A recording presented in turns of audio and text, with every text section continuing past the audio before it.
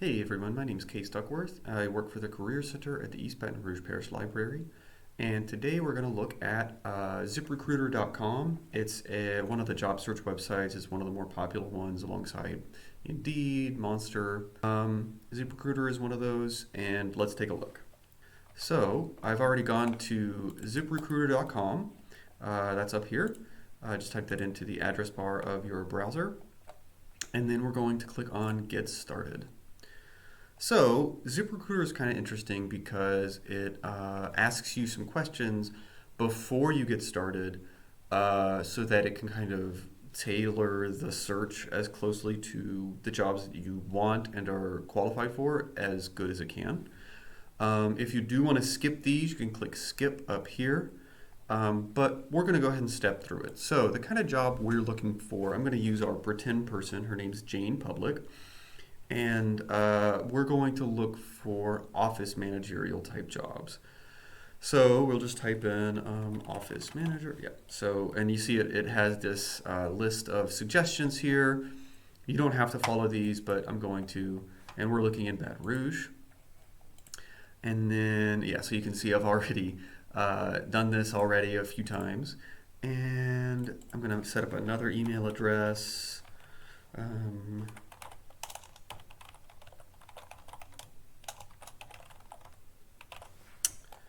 All right. Obviously, put in your own email address and your own name there. Okay. Are you actively pursuing your next job? So they say the best time to look for a job is when you already have one. So if you want to just make a ZipRecruiter profile, but you already have a job, you can click Not Looking But Open, and then just they'll probably send you some emails and stuff. You can unsubscribe from those later. But if you're actively looking, then obviously click on that. This right here, I'm going to uncheck this public option, make profile searchable by employers, because when I was testing this earlier, they actually, a couple of recruiters actually called the Career Center, which is the phone number we put down for these, example videos. They actually called the Career Center asking if I wanted a job. So I would turn this off. If you want those phone calls, by all means keep this on, but that's what that means. So that's all that switch is. And then it's going to walk you through 5 different jobs. You can thumbs up or thumbs down these. Let's see. This looks good. I'm going to thumbs up on that one. This is remote. Think that's something else to think about, especially after COVID. I think a lot more companies are kind of playing with remote, figuring out what you want to do. I'm going to say that Jane Public doesn't want to do remote, but again, that's your choice. Bookkeeper, sure, and sure. So let's see. And now you can upload your resume or you can add different jobs to your profile here. So if you want to add jobs, you can just type it in, and then all that, and then add another position and go through. Or you can upload your resume, which is what we're going to do. And if you have a resume, I would recommend it because ZipRecruiter, it's actually got a pretty good resume parser thing. It reads the resumes pretty well. So if you have a decently formatted resume, it'll work pretty good. So yeah, so there's a few questions because they got a little confused about like what company this was at. It was project management assistant, which actually I'm not sure. I'll have to check, so bear with me. Desktop. Let's see, JQ Public. I'm actually going to look at the resume because I have not looked at this resume yet. So let's find out where the company was here. It looks like that was at 2011 to 2015. It was at Bayou Industries. Okay. And this is actually a great time too. So this is actually a good time as well to see how well your resume is formatted for these kind of online, because a lot of companies nowadays use what's called an applicant tracking system. We have some videos about that as well. We'll drop them in the description of this video. Um, and it's kind of like playing an SEO or search engine optimization game with your resume. So this is maybe a good point to say, oh, look, they couldn't figure out the company, and like this description is kind of weird looking. Maybe I could edit that in my resume. So then you can go back to here and then edit those things in your resume. But I'm not really going to worry about that right now. But that's just something to think about. And then same thing here, records management trends. So see, here's the problem is because at this same company, Jane was project management assistant, and then she was also records management technician. So that was one where just the ZipRecruiter thing, their little resume reader had problems figuring out what that company was. So we just fixed that in here, and then there we go. They still want to make a profile, so zip code. Here we go. And then, okay, so minimum desired pay. Here's another thing I want to talk about. So we usually say at the Career Center, we usually give the advice that if a company's asking for your minimum desired pay, don't give it unless you have to, right? Like unless there's a little red asterisk that means it's a required field on like an online application, or if they ask you in a interview, try to dodge the question. That's usually what we say in that situation. However, ZipRecruiter, this will not be shared with employers. You can see this right here. So they're just using it to match you with the most relevant jobs. So that's actually probably a good thing to put here, so that then say, an office managerial position, usually going to want at least 30,000, 35,000. So like if somebody's trying to pay like $8 an hour for an office managerial position, they won't show you that. At the same time, if, like I know for me, I am not qualified to do a job that pays $250,000 a year. Like that's not my skill set. Frankly, I don't want that responsibility. So like, maybe they won't show me stuff if it's way above that range of what my minimum desired pay is. So let's go ahead and just put in 35. Are you willing to work remotely? I'm going to say no. If you are, obviously check yes. I know some people really like working remotely, so that's just something for you to think about. And then we'll hit save and continue. And then, so this is kind of their little advertisement page. And I'll walk through a few of these here. So, okay, so now this is our online profile here. And this is where you can look and see, okay, this is what I want. This is what if you want to change a few things. Again, I'm going to turn this off. You can keep this on if you want the phone calls. I don't, but so just look through this and make sure that it looks like what you want it to look like.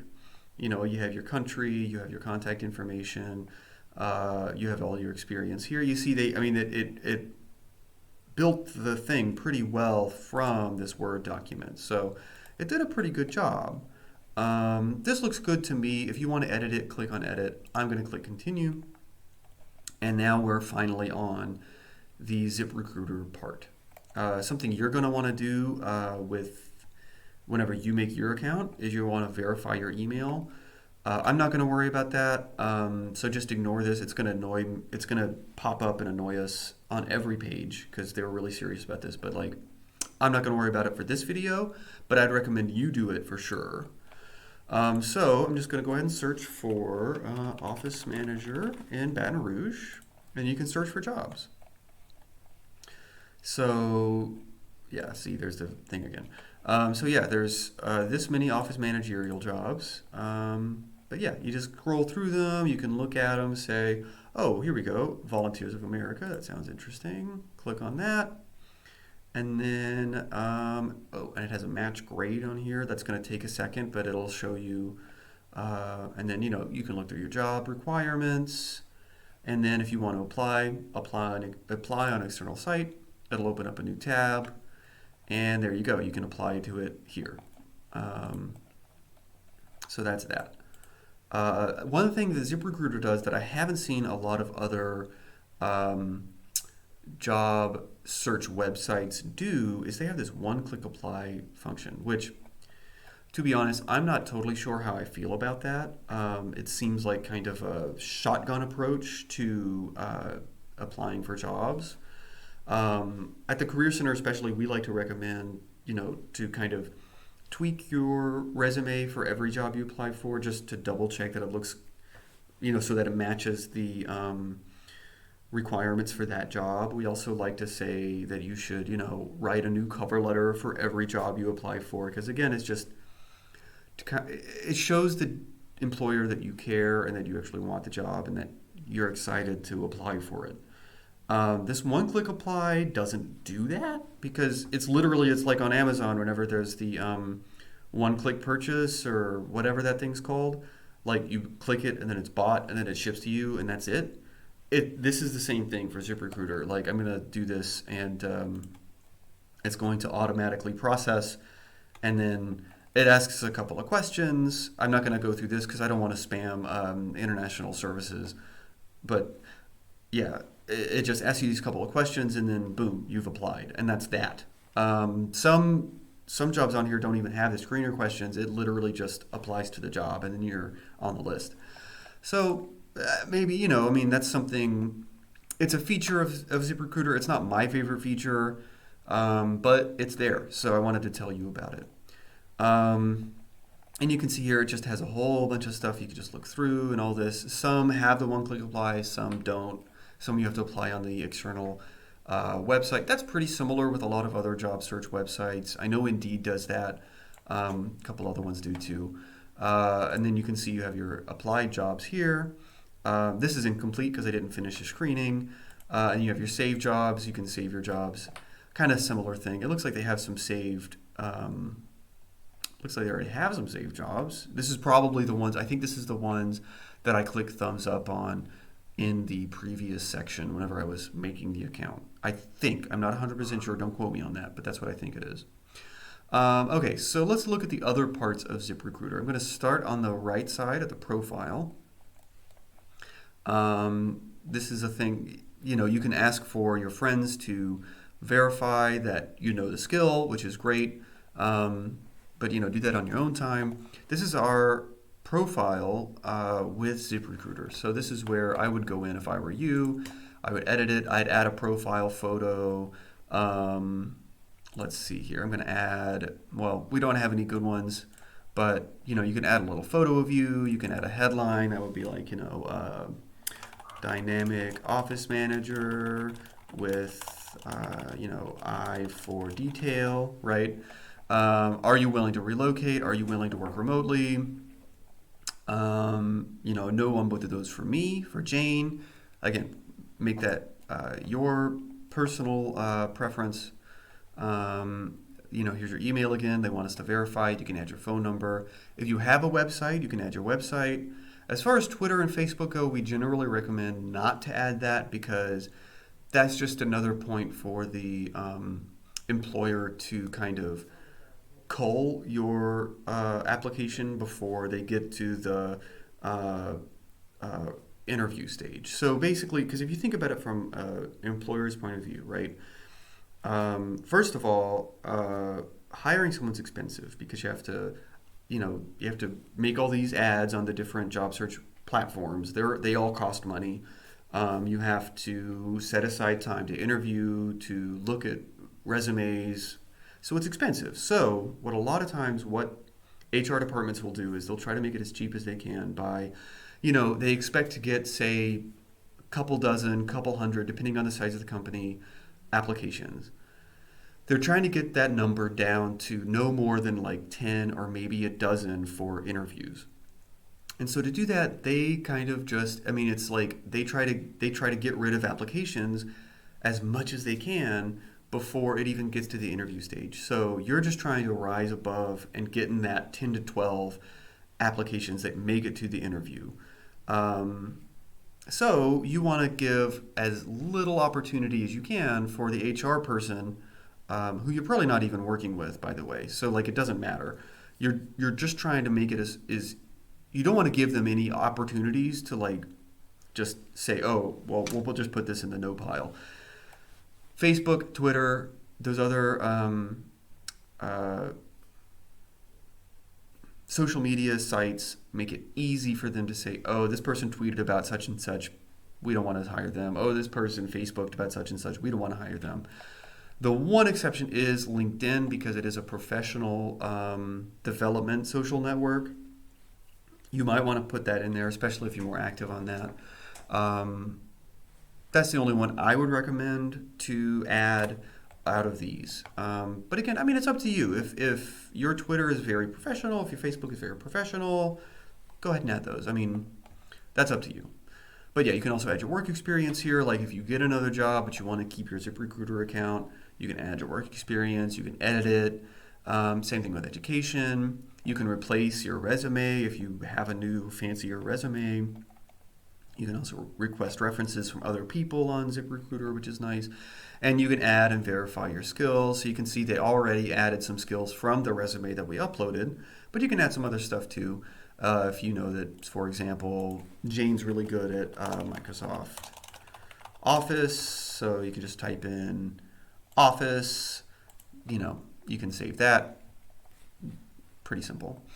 You can also add certificates and licenses here. If you have a license, say, if instead of an office manager job, you're applying for like an optometrist job, you need a license for that to practice in the state of Louisiana, probably a lot of other states too.